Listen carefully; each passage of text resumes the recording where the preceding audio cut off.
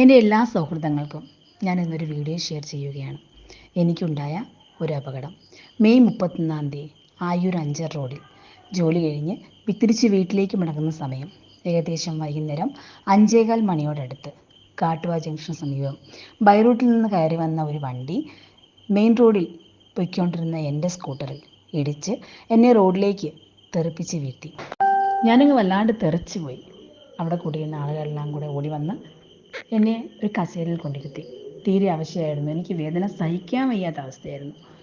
അരമണിക്കൂറോളം ഞാൻ ആ വേദന സഹിച്ച് അവിടെ ഇരുന്നു. ആരാണ് വണ്ടി ഓടിച്ചതെന്നോ എൻ്റെ അടുത്ത് ആരും വരികയോ എന്നെ ഹോസ്പിറ്റലിൽ കൊണ്ടുപോകണം ചോദിച്ചതായോ എനിക്ക് ഓർമ്മയില്ല. അരമണിക്കൂറിന് ശേഷം ഞങ്ങളുടെ സ്ഥാപനത്തിൽ നിന്ന് വന്ന ആളുകളാണ് എന്നെ ഹോസ്പിറ്റലിലേക്ക് കൊണ്ടുപോയത്.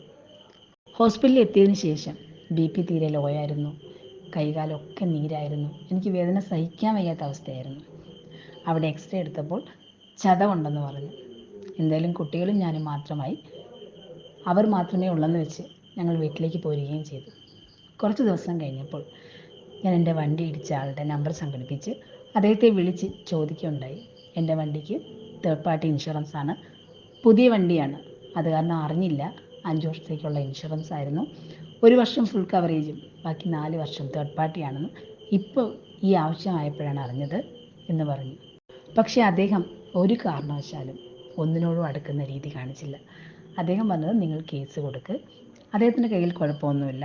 അദ്ദേഹം പറഞ്ഞ ന്യായം എന്ന് വെച്ചാൽ നിങ്ങളുടെ ഹെൽമെറ്റിൻ്റെ ലോക്ക് ഇട്ടിരുന്നില്ല, നിങ്ങൾക്ക് ബ്രേക്ക് പിടിക്കാമായിരുന്നു എന്നൊക്കെയാണ്. അദ്ദേഹം വണ്ടി സ്റ്റാർട്ട് ചെയ്തില്ല, അദ്ദേഹം വണ്ടി ജസ്റ്റ് ഒന്ന് റോഡിൻ്റെ സൈഡിൽ വെച്ചിട്ട് ഇരുന്നാണ്, ഞാൻ അങ്ങോട്ട് ഒന്ന് വണ്ടി ഇടിച്ചാണ് എന്നൊക്കെ പറഞ്ഞുകൊണ്ടിരുന്നത്. വീട്ടിൽ വന്നതിന് ശേഷം വേദന തീരെ സഹിക്കാൻ വയ്യാതായിട്ടാണ് ഒന്നുകൂടി പോയി എക്സ്റേ എടുത്തത്. എക്സ്റേ എടുത്തിട്ട് ഓർത്തോ ഡോക്ടറെ കാണിച്ചപ്പോൾ അദ്ദേഹം പറഞ്ഞത് റിബ്സിൽ ചെറിയ പോറലുണ്ട്, 1 മാസമെങ്കിലും റെസ്റ്റ് എടുക്കേണ്ടി വരും. എനിക്ക് വേദന കാരണം ഉറങ്ങാൻ പോലും കഴിയില്ലായിരുന്നു. ബെൽറ്റ് ഇടേണ്ടി വന്നു. ഇത്രയൊക്കെ ആയിട്ടും എനിക്ക് എന്ത് സംഭവിച്ചെന്നോ ഒന്നും വണ്ടി ഇടിച്ച ആളോ ആ ഭാഗത്തു നിന്നും ആരും ചോദിക്കുക കൂടി ചെയ്തില്ല. ചടയമംഗലം സ്റ്റേഷനിൽ ഞാൻ കേസ് കൊടുത്തു. അതിൻ പ്രകാരം ഞങ്ങൾ 2 പേരെയും സ്റ്റേഷനിലേക്ക് വിളിപ്പിച്ചു. SI ഒരു വനിതയായിരുന്നു. അവർ വല്ലാതെ അച്ഛനെ സപ്പോർട്ട് ചെയ്തുകൊണ്ട് സംസാരിച്ചു.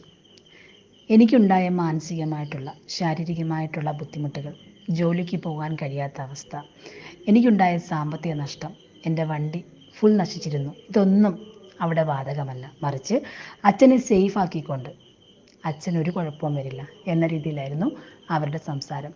ഞാൻ അവരോട് ചോദിക്കുകയുണ്ടായി, മാഡം എന്താണ് പാർഷ്യാലിറ്റി കാണിക്കുന്നതെന്ന്. അപ്പോൾ അവർ പറഞ്ഞു, എന്തെങ്കിലും പരാതി ഉണ്ടെങ്കിൽ കേസ് കൊടുക്കുക എന്ന്. കേസ് കൊടുത്തു കഴിഞ്ഞാൽ നിങ്ങൾക്കൊരു പ്രയോജനം ഉണ്ടാവില്ല എന്ന് മാത്രമല്ല, അച്ഛനെ സമാധാനിപ്പിച്ചു, അച്ഛൻ വിഷമിക്കേണ്ട, കേസ് കൊടുത്താൽ അച്ഛന് 500 രൂപ നഷ്ടമാവും, അത്രയേ ഉള്ളൂ.